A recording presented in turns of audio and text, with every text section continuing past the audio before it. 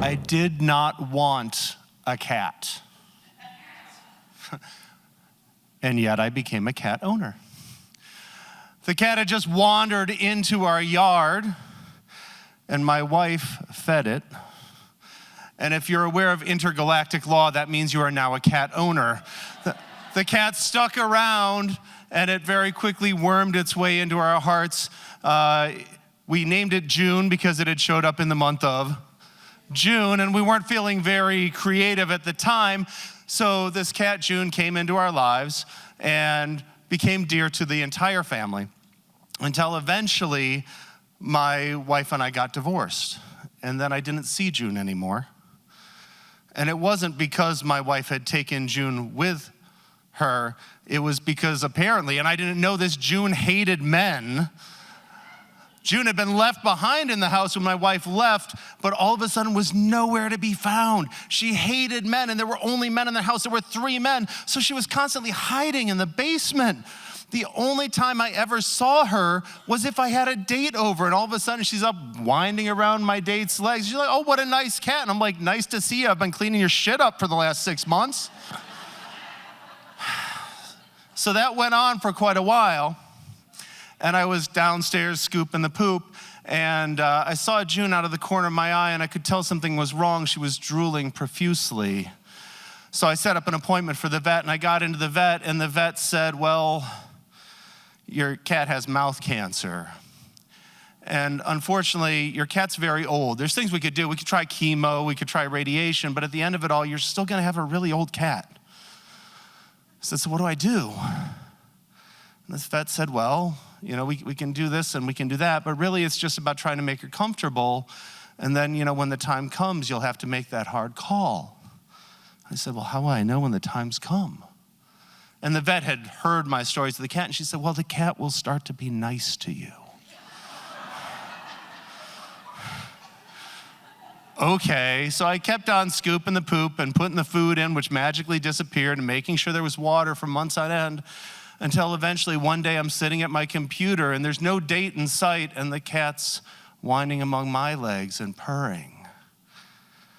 And I tried to ignore it for a little while, but it very quickly became apparent that it was the time to make the hard call. And at that point in my life, it was the hardest call I ever made. And I went to the vet, and I made the choice, the hard choice, to end the life of somebody that I cared about. But I didn't have regrets, because I'd given that cat all of my love, and that cat had given me love back. I didn't know it was a dress rehearsal. It was years later, I'm at work, and my father had fallen a couple weeks earlier, and he was in the hospital, but we expected him to go home. And I got the phone call that said, "Matt, fly, don't drive." And I got to Michigan with my kids, and I had to make that decision to unplug the life support with my brothers and my mom.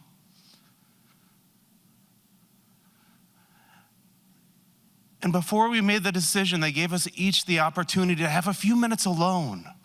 "Is there anything you need to say?"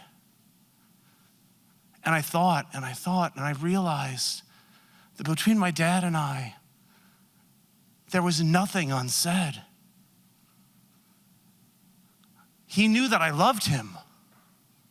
I knew that he loved me. I knew that he was proud of me. There were no regrets. Fast forward, this last Monday, I had to call Peaceful Pet Passage. Bear is a dog that came into my life 13 years ago. Beautiful chocolate lab. I adopted him from a man who was getting rid of him because he had 2 dogs. One was old, and this little puppy was more than he could handle because he wanted to run everywhere.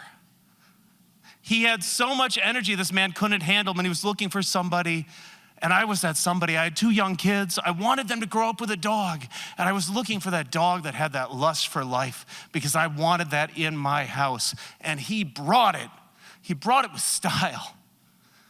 Man, this dog smelled every tree. This dog chased every squirrel. I tied him up to my son's swing set that was made out of cedar and had this big 6-inch by 4-inch beam. And he was chasing a squirrel so hard he cracked that beam. Today, he can't walk up the stairs.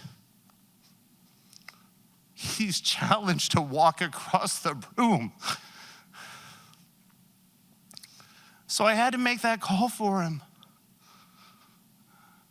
And I can only hope that when it's my time to go, whether it's by fate or whether someone that I love has to make that call, they are going to say, that man, he loved everybody around him and they loved him.